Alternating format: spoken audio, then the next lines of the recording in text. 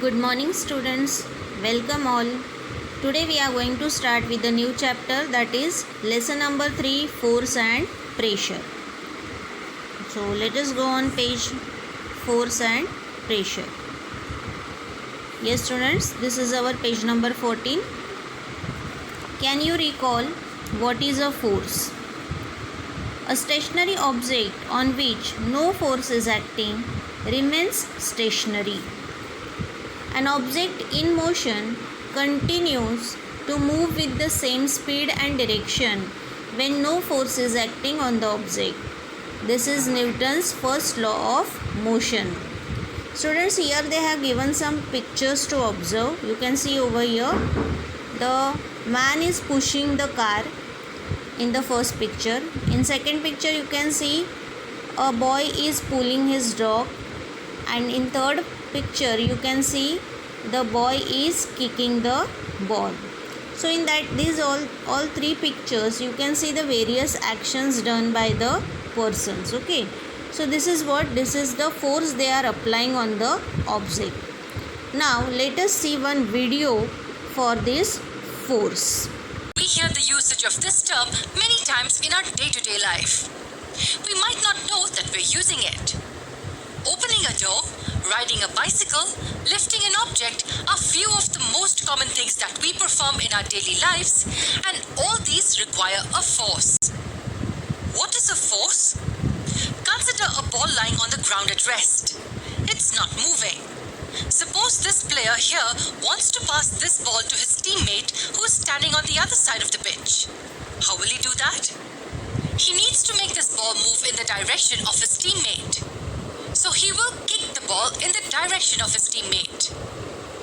When he kicks the ball, we say that he applied a force on the football. Yes, the kick is nothing but the force he applied on the ball.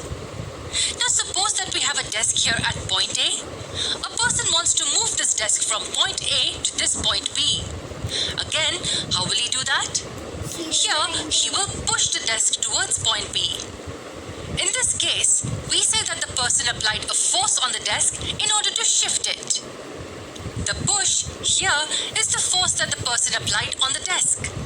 Similarly, when you lift some object from the table, we say that you applied a force on that object. Here, the force is applied in the form of lifting. So, forces are nothing but actions such as kicking, pushing, lifting, etc. performed on objects. There are many such actions that we can perform. We have already seen few of these. Some more of them are given below. While riding a bicycle, we pedal it continuously to keep it in motion. Here, pedaling is the force that we apply on a bicycle. Hitting the hammer on a nail is also a force applied on the nail. What about stopping a moving ball? Yes, even stopping the ball means we are applying a force on it. We applied some force to stop the ball. Opening a drawer, plucking the string of a guitar, moving a piece on a chessboard are some of the other actions performed on objects. So performing these actions on objects is nothing but applying force on them.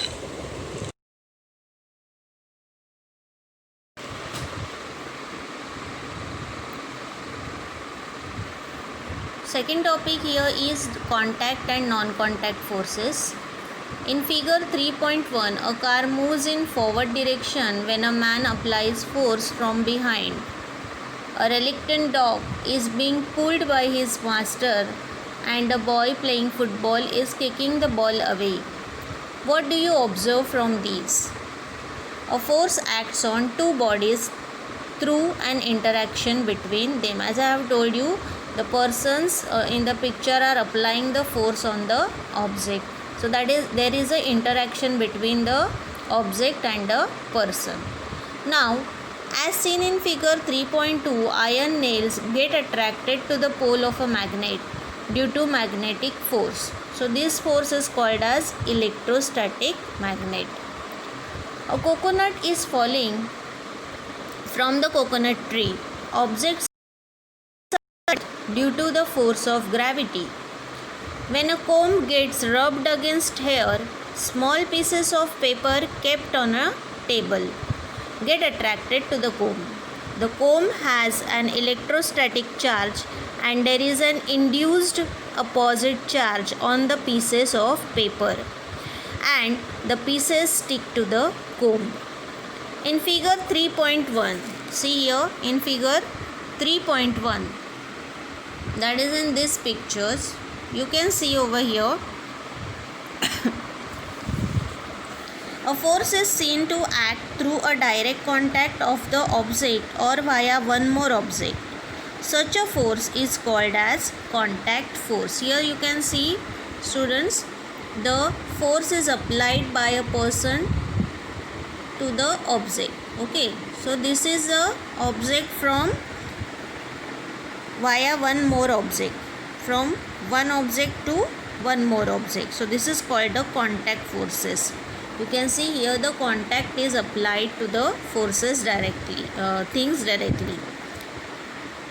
Now in figure 3.2, you can see over here figure 3.2. In this figure you can see a force is applied between two objects even if the two objects are not in contact. Such a force is called non-contact force. Here you can see, students, the nails are attracted towards the magnet. Here there is no direct contact. Here a comb is the pieces of paper are attracted towards the comb. No direct contact between them. And from the coconut tree, the coconut is falling down. Here also no direct contact of earth and the coconut tree. Okay, so here there is no direct contact between the things and that is called as non-contact force. Understood, students? Now muscular force is an example of contact force and is applied to objects with the help of our muscles. Muscular force, like when you are fighting with your friends, so you are using your muscles, that is called as muscular force. So this muscular force is also the example of contact force and that has been applied to objects with the help of our muscles. It is applied in several cases such as lifting, pushing, pulling, etc. On the contrary, forces like magnetic force, gravitational force, electrostatic force act without a contact. Therefore, these are examples of non-contact forces. Got it, students? Okay. Now let us watch one video on contact and non-contact forces. Contact and non-contact forces. I am pushing this toy car with my hand.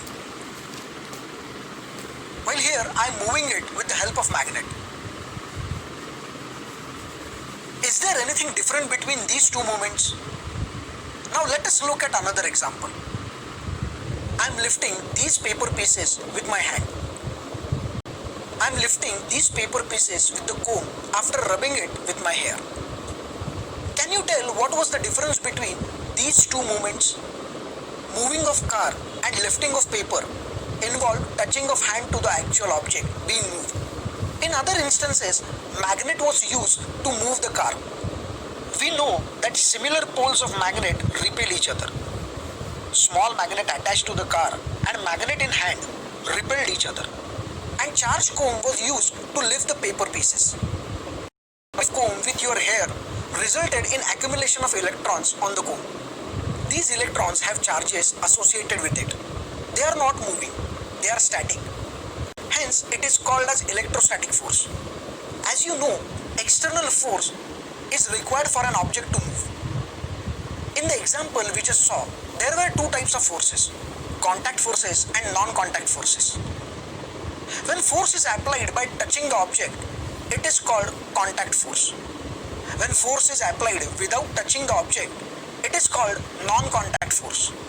Can you tell what force is causing this fruit to fall? Yes, it is our earth which is attracting towards it. It is gravitational force which is pulling it down. Is it contact or non-contact force? Take the help of your friends to find out. Now that we have learned about contact and non-contact forces, here are some examples for you to find out and categorize. Dog being pulled by owner. Football kicked in the air. Ball hit by the bat.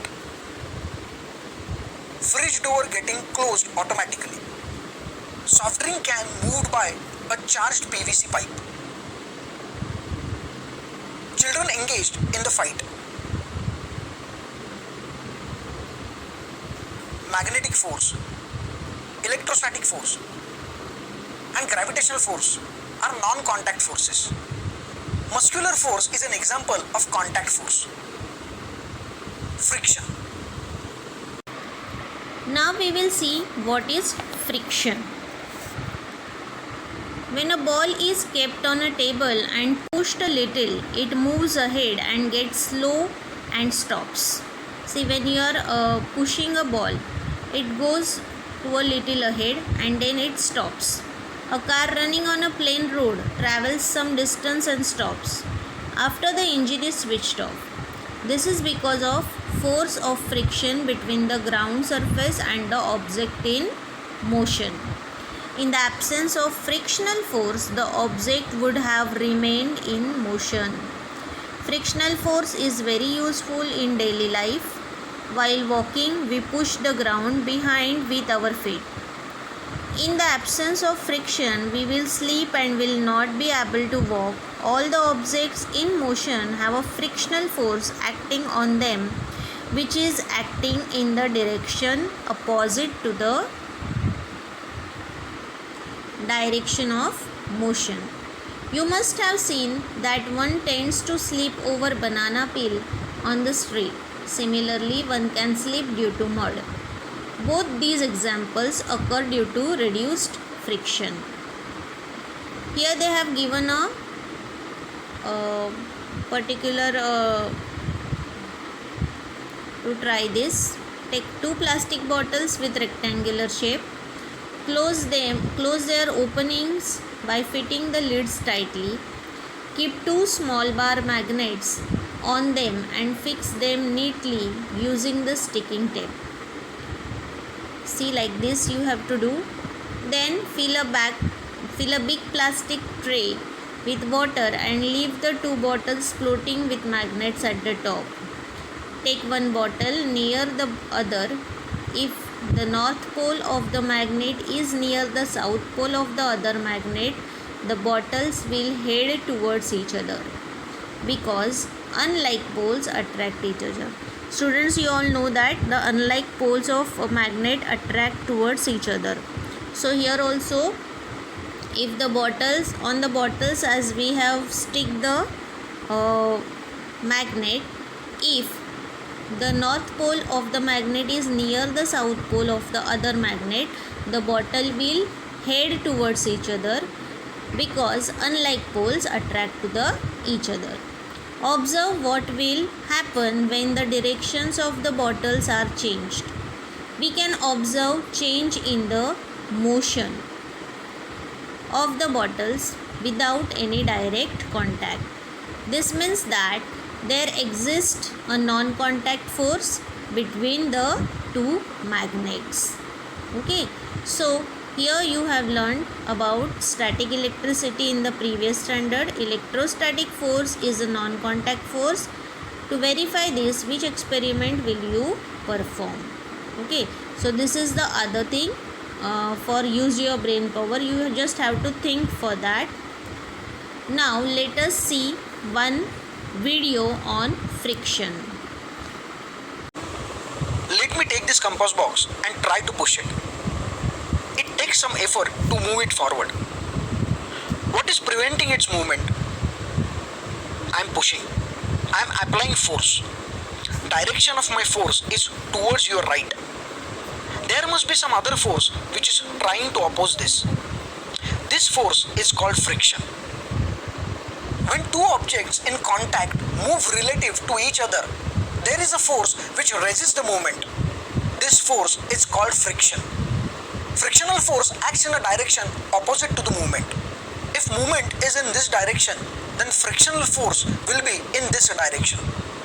Friction is often regarded as a bad force. Many times it reduces the efficiency of machines. It is, however, an essential force for things like nails, screw, and matches. Without friction, we could not walk, play a violin, or pick up a glass of water. Let us place this compass box on the wooden platform. I will push this compass box with my finger to your right. It is not very easy to move. There is some resistance to the movement. I will tie thread to this compass box. I can pull the box with the thread. I will place some coins here. Weight of these coins can move the compass box. When I place 8 coins, box moves to your right. How can I reduce the friction between compass box and a platform? Think about it. Let us sprinkle some talcum powder on the surface. How many coins will be required to move the compass box now? Surface is smoother. Less coins are needed to move the same compass box. It required only 6 coins to move instead of 8 coins. If instead of this compass box I use identical plastic box, do I need the same amount of coins to make it move? Let's try. Fewer coins were required to move the plastic box. The amount of the friction depends on the materials from which the two surfaces are made. Friction also produces heat. If you rub your hands together quickly, you will feel them get warmer. If I rub my hands and then place the butter, it melts quickly.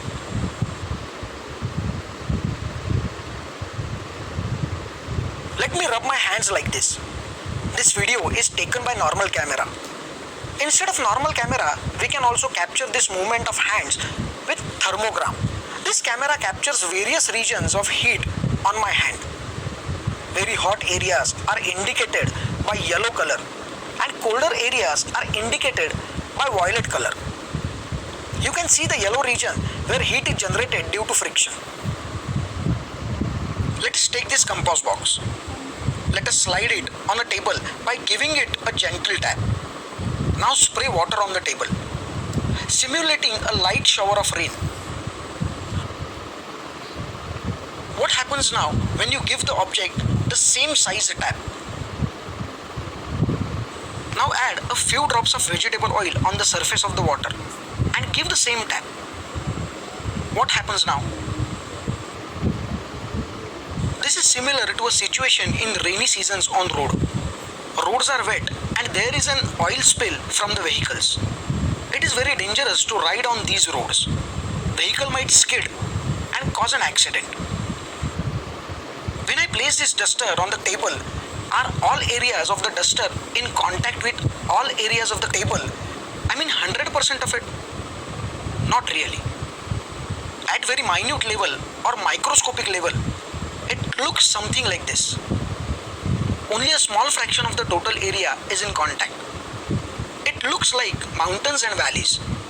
Friction can be a useful force because it prevents our shoes slipping on the pavement when we walk and stops cars' tires skidding on the road. Find out more such instances around you where friction is considered useful.